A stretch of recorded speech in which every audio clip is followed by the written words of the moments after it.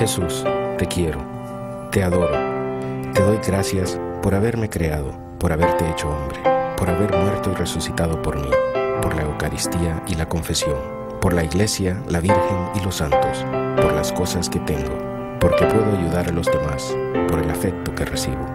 Te pido perdón, te pido gracias, para uno mismo, para los demás, para la sociedad. Me ofrezco a ti. El agradecimiento, corazón del Evangelio.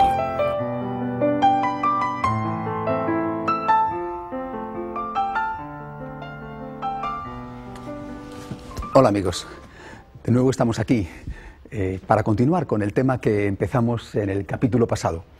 Recuerden ustedes, el objetivo de esta serie nueva es hablarles del corazón del cristianismo, de la motivación que tenemos que tener cada uno de nosotros para relacionarnos con Dios y para relacionarnos con los demás, con los otros hombres. Me refiero al agradecimiento además como motor de la vocación a ser cristiano, de la vocación a ser un laico cristiano y también de la vocación de la llamada a ser un sacerdote, un religioso o una religiosa. La semana pasada, confío en que ustedes lo recuerden, sobre todo aquellos, lógicamente, que vieron el programa.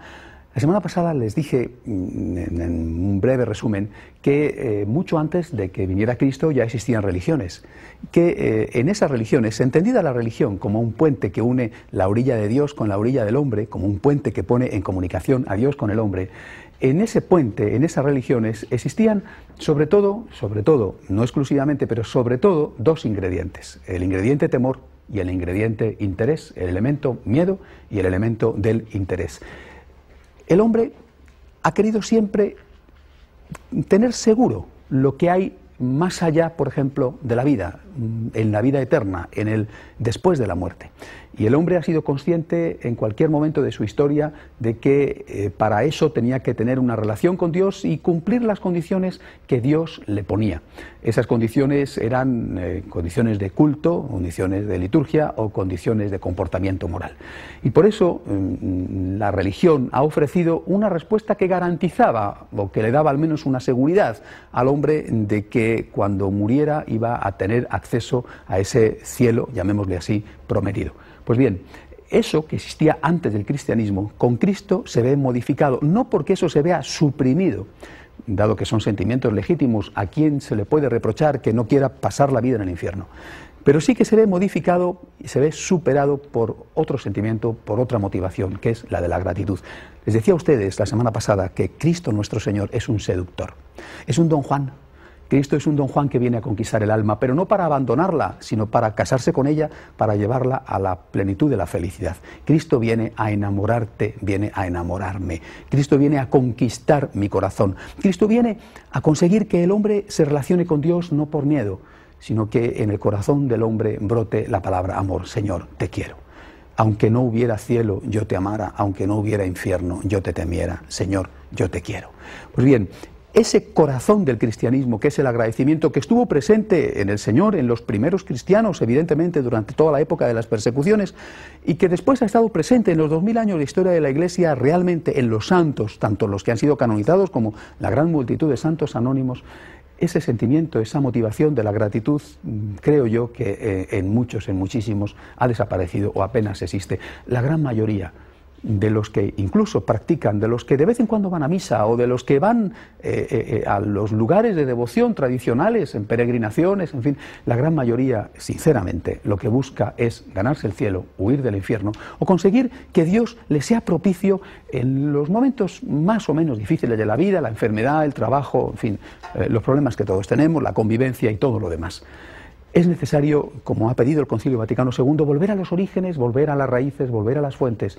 Y en la fuente, en el origen, en la raíz, en aquello que Cristo quiso, que nos hace distintos de las demás religiones, que nos hace específicamente cristianos, ahí está la virtud del agradecimiento. Pues bien, de eso se va a tratar en esta serie, de eso ya hablé la semana pasada y es de lo que quiero seguir hablando hoy. Además, por otro motivo, miren ustedes, como sacerdote, una de las cosas más difíciles con que me tengo que enfrentar, y pienso que a los demás sacerdotes les sucede lo mismo, es precisamente el dar respuesta a una pregunta fundamental. Si yo afirmo, Dios te quiere, esa es la gran afirmación, que Jesucristo nos revela, Dios te quiere, Dios te ama, Dios es amor, Dios es amor. Si yo afirmo esto, inmediatamente me encuentro con un problema. Me encuentro con un problema en mí mismo y desde luego me encuentro con un problema cuando lo afirmo delante de los demás, delante de los fieles, delante de los católicos. Y el problema es, en no pocas ocasiones, la realidad. ¿Cómo puedo decir Dios es amor a una persona que está enferma? ¿Cómo puedo decir Dios es amor a una persona que está quizá viviendo en un país donde no hay libertad, donde no hay justicia, donde unos pocos tienen todo y la mayoría no tiene nada? En un país donde a lo mejor no hay ni siquiera democracia, como por desgracia todavía sucede. ¿Cómo puedo afirmar que Dios es amor y es la base del agradecimiento, de la motivación del agradecimiento hacia ese Dios? ¿Cómo puedo afirmarlo cuando en muchas ocasiones la realidad parece desmentírmelo y parece decirme lo contrario? Por eso, el objetivo de esta serie, en primer lugar, es invitarles a ustedes a la contemplación del amor de Dios. Pero a la contemplación del amor de Dios que no sea una mera contemplación de cosas materiales, porque ahí es donde con frecuencia naufragamos. A la contemplación del amor de Dios en aquellas cosas en que nunca nos van a fallar. Cristo dijo en una ocasión: dichoso aquel que no se sienta defraudado por mí, dichoso aquel que no se sienta desengañado de mí. Pues bien, nosotros tenemos que ser capaces de contemplar las verdaderas fuentes del amor de Dios para no sentirnos nunca desengañados ni defraudados por Dios, por Cristo. De eso es de lo que les voy a hablar a continuación, después de esta breve pausa que hacemos siempre durante el programa. Volvemos dentro de unos minutos, no se vayan ustedes, y seguimos hablándoles de la motivación que tenemos para amar a Dios con agradecimiento. Hasta ahora mismo.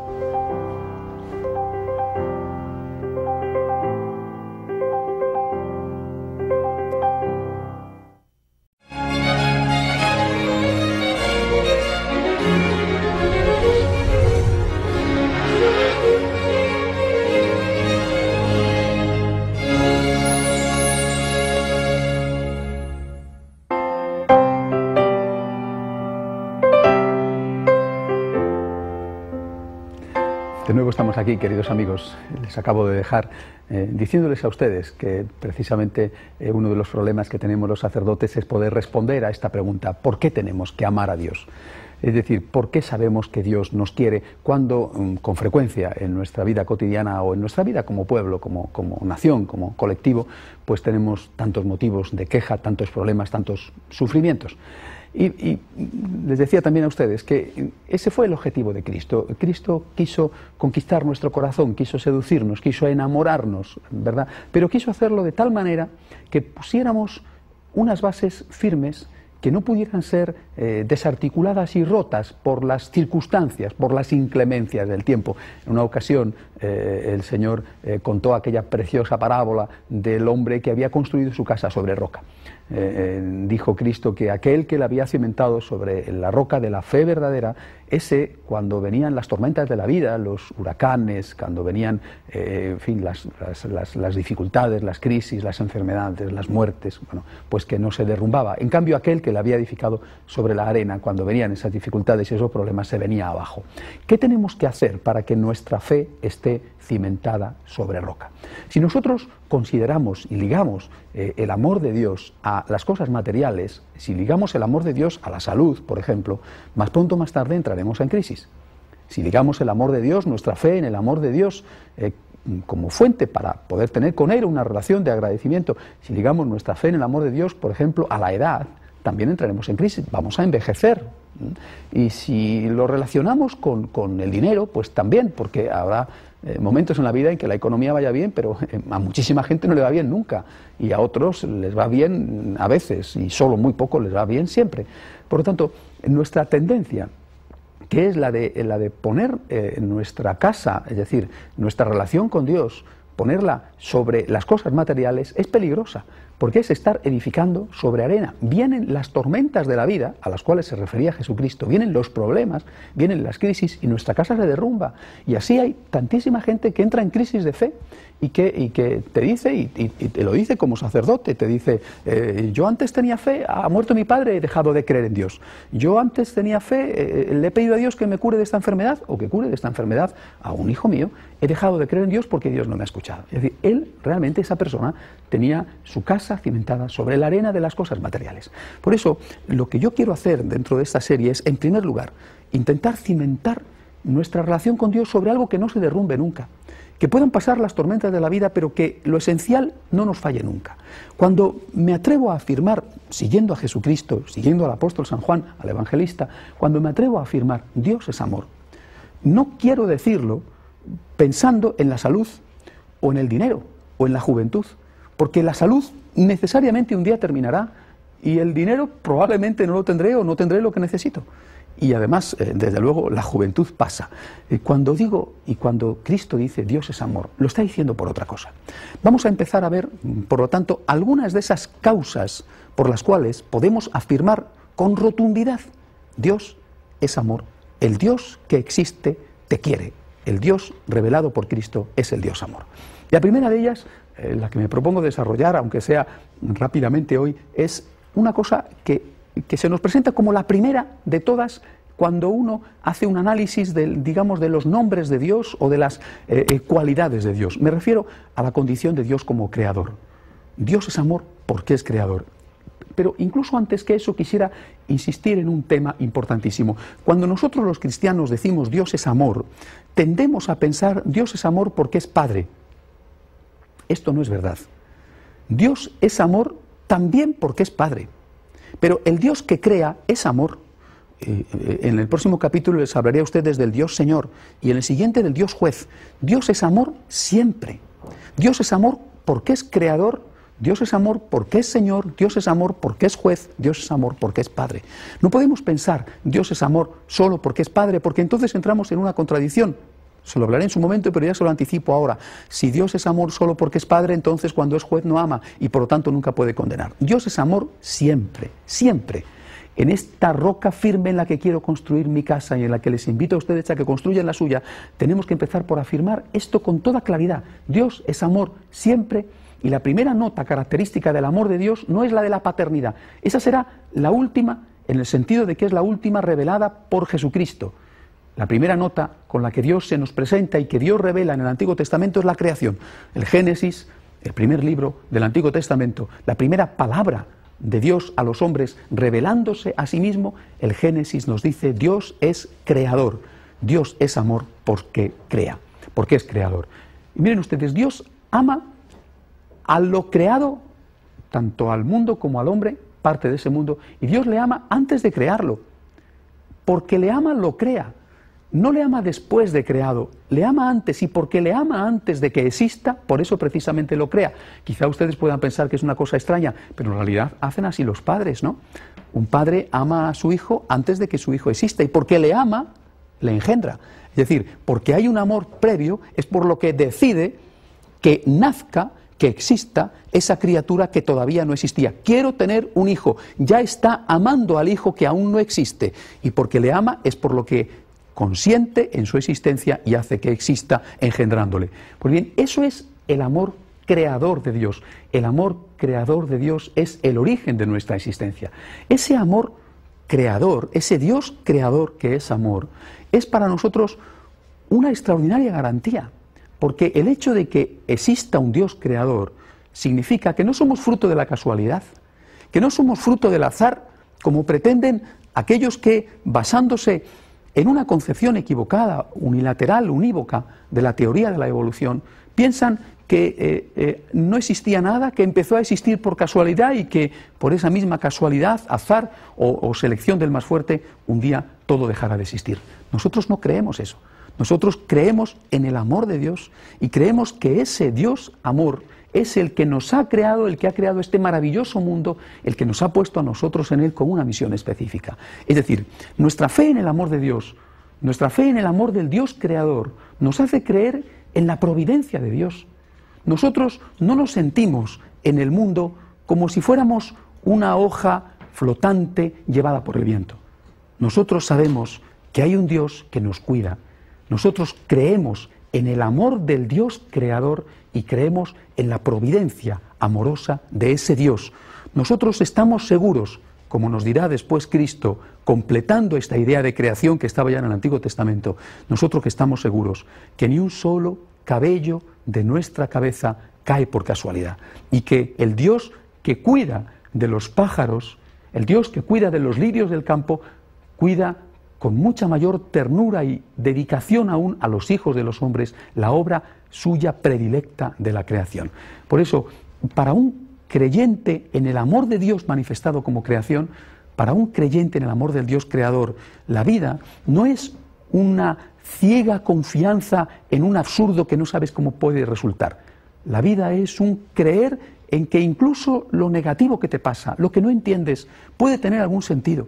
Nosotros creemos en los renglones torcidos de Dios, pero que al final resulta una escritura derecha. Cuando yo, sintiéndome una criatura en manos de mi Creador, no entiendo, y eso me pasa con una cierta frecuencia por problemas míos o por tantos problemas que como sacerdote me llegan, cuando no tengo una respuesta, y repito, eso me pasa con una cierta frecuencia, yo no digo que no hay una respuesta, digo, hay un misterio que yo, criatura, no puedo entender. Dios es más grande que yo. Yo soy una criatura y yo no puedo entender al Dios creador. De acuerdo, Dios es más grande que yo y yo no puedo meterle en mi cabeza y en mis esquemas. Pero sí te puedo asegurar que por mi experiencia en tantas ocasiones he visto y he comprobado que lo que parecía en un principio un mal resulta después un bien. Y que aquello que no tenía sentido después se ve con total claridad. Y si eso lo hemos experimentado, y creo que lo hemos experimentado todos, ¿por qué no darle al Dios creador el beneficio de la fe? Incluso diría el beneficio de la duda. ¿Por qué no darle el beneficio de la fe diciéndole, Señor, creo en tu divina providencia, que nunca se equivoca? No entiendo por qué ahora me permites sufrir de esta manera. No entiendo por qué ahora, Señor, permites sufrir a esta persona tan amada por mí. No entiendo por qué aparentemente no me escuchas. Pero creo, Señor, en tu divina providencia y sé que tú eres mi creador, que yo soy tu criatura y que mis pasos están siendo encaminados por ti con tal de que yo haga siempre aquello que tú quieres. Este es el principio, digamos, de nuestra fe en el amor de Dios. La confianza en Dios, sentirnos criaturas, cosas pequeñas, pero no en manos de un azar incierto, en manos de un Dios que no se interesa por los hombres, sino en manos de un Dios que nos quiere y que aunque nosotros no lo entendamos, y ahí es donde está el misterio, ahí es donde entra en juego la fe, aunque nosotros no lo entendamos, es un Dios que nos ama y que cuida de nosotros con su providencia que nunca se equivoca. Y dicho esto, quisiera sacarles algunas consecuencias. ¿Qué consecuencias podemos extraer de nuestra fe en el amor de Dios manifestado como creador? La primera consecuencia es la de que todo lo que Dios ha creado, lo ha creado Él. Y por lo tanto, como Él dice en el relato del Génesis, todo es bueno. La naturaleza es buena. No estamos ante un mundo perverso. Estamos ante un mundo bueno. Dios es amor y por lo tanto lo que ha hecho el Dios amor es bueno. Este es el relato del Génesis. Cuando va contando lo que Dios ha creado día tras día, dice el escritor inspirado que todo lo ha hecho bien y que Dios no ha hecho cosas malas o se ha distraído o se ha equivocado, sino que todo es bueno, creado por el Dios bueno que ama al hombre y que lo más bueno de la creación es el propio hombre.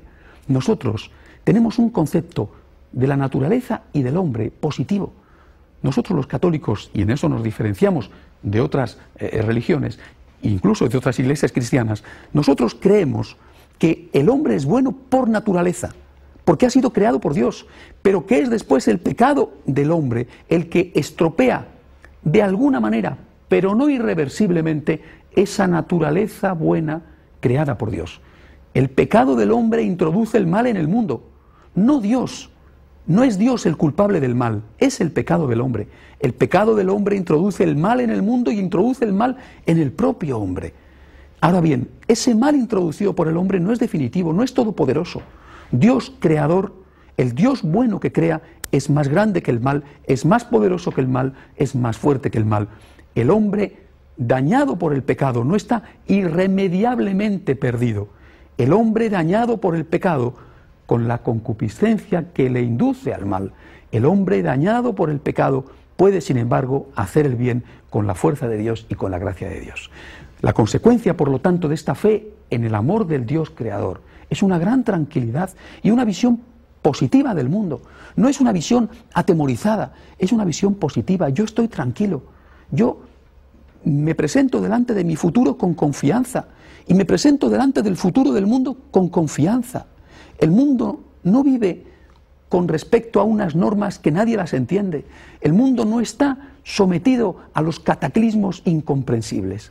el mundo está en manos de Dios y yo tengo confianza en Dios y yo sé que incluso en el peor de los casos, las guerras, las catástrofes naturales, incluso en esos casos, aunque yo no lo entienda, aunque yo tenga que afrontarlos desde el misterio y desde la fe, sé que Dios está detrás de eso y repito, en muchas ocasiones he visto en mi vida y en la de los demás como Dios ha escrito derecho con renglones torcidos y que después de grandes males, de ahí se han obtenido muchísimos beneficios, muchísimas cosas buenas.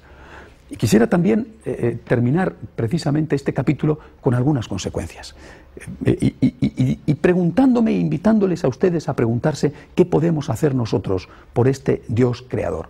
Si la naturaleza es una obra de Dios, lo que nosotros tenemos que hacer evidentemente es respetar la naturaleza. Si la naturaleza es una obra buena, lo que nosotros tenemos que hacer es ayudar, colaborar con el Dios creador, defendiendo y respetando esa naturaleza. Pero no como el que respeta la naturaleza de la cual ha hecho una deidad, como les pasa a algunos ecologistas, sino como aquel que respeta la naturaleza porque es una obra de Dios y porque de esa forma está colaborando con el plan de Dios. Además, como consecuencia fundamental, tengo que tener una actitud de agradecimiento. Gracias, Señor, por la naturaleza. Gracias, Señor, por estas maravillosas puestas de sol. A mí personalmente me encantan. En mi ciudad, en Madrid, hay unas puestas de sol maravillosas que pintó Velázquez. Gracias, Señor, por estas maravillosas puestas de sol. Gracias, Señor, por estos paisajes espléndidos de las montañas, de los mares o incluso de los desiertos. Pero no solamente gracias, Señor, por la naturaleza. Gracias, Señor, también por el hombre.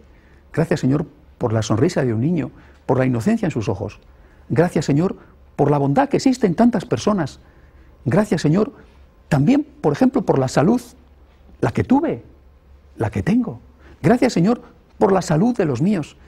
Cuando uno cree en el amor de Dios y ve el amor de Dios manifestado en la creación, el amor de Dios manifestado en las cosas y en las personas, tiene que nacer en nosotros el deseo de agradecer, no el deseo de quejarnos, sino el deseo de agradecer.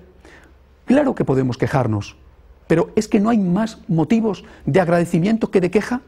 ¿No tenemos todos nosotros más motivos para darle gracias a Dios que para protestar? Decimos, un gran cataclismo, un huracán, el huracán Mitch, por ejemplo, ha destruido unas cosechas, ha destruido un país, ha causado realmente tantas desgracias, hambre, muertes, ¿cierto? ¿Y en cuántos países no hay huracanes? Si una persona pierde la fe porque hay un huracán que ha destruido una aldea o porque una guerra ha matado a 1000, ¿no tendría que tener fe porque hay muchísimos más sitios en el mundo donde las cosechas son espléndidas, donde hay abundancia?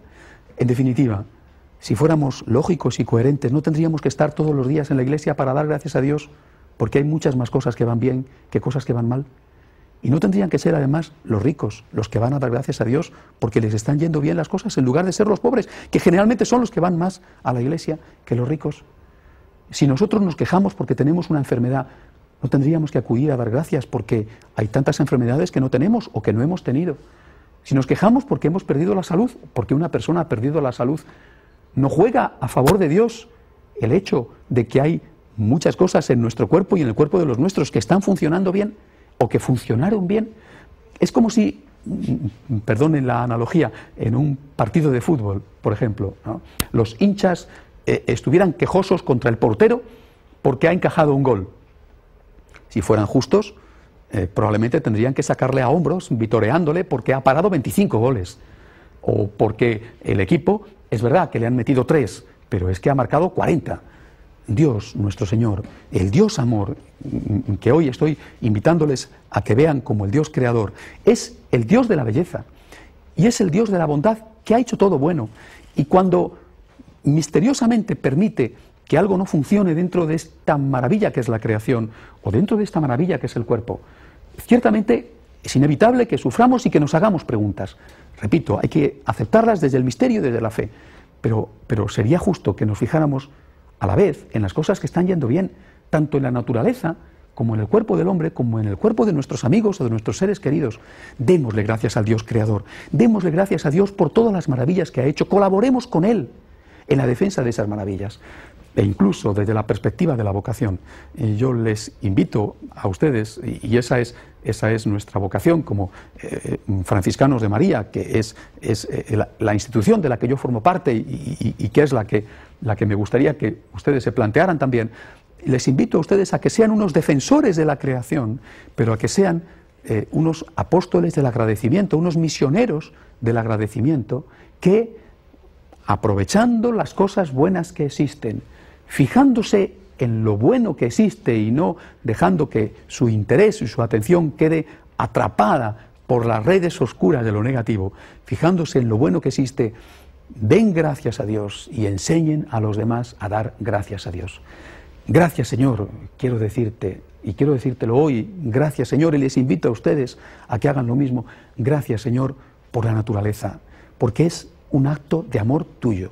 Gracias, Señor, por la creación. Gracias por todas las criaturas que tú has creado. San Francisco de Asís lo dijo maravillosamente. Gracias, Señor, por el hermano Sol, por la hermana Luna y también por la hermana enfermedad y por la hermana muerte. Gracias, Señor, por todas las obras que han salido de tus manos, incluido el hombre. El hombre es bueno, no es malo. Lo ha destruido el propio hombre, pero no lo ha destruido del todo. El hombre, con la gracia de Dios, puede hacer el bien y puede contribuir a defender la naturaleza creada por Dios. Gracias, Señor, por lo tanto, por todo lo creado. Y yo quiero convertirme en alguien que canta las maravillas de tu creación, en alguien que te da gracias también por el propio cuerpo y por la salud que tengo, por la vida que tengo, y en alguien que defiende la vida, que defiende la creación y que ayuda a los demás a dar gracias a Dios por esa vida y por esa creación. Les invito a ustedes a que en esta primera lección de esta serie hagan esto precisamente, denle gracias a Dios, que empiece a circular por el puente entre ustedes y Dios el agradecimiento. Y que la primera palabra de agradecimiento sea gracias, Señor, por la naturaleza, gracias, Señor, por la creación, gracias, Señor, por tu amor manifestado a través de todo lo que me rodea y manifestado también, Señor, en mí mismo. Gracias, Señor. Y puedes contar conmigo para ser un misionero del agradecimiento, alguien que canta tus maravillas en la creación, en la naturaleza, y alguien que enseña a los demás a hacer lo mismo. Que Dios los bendiga. Hasta la semana que viene, si Dios quiere.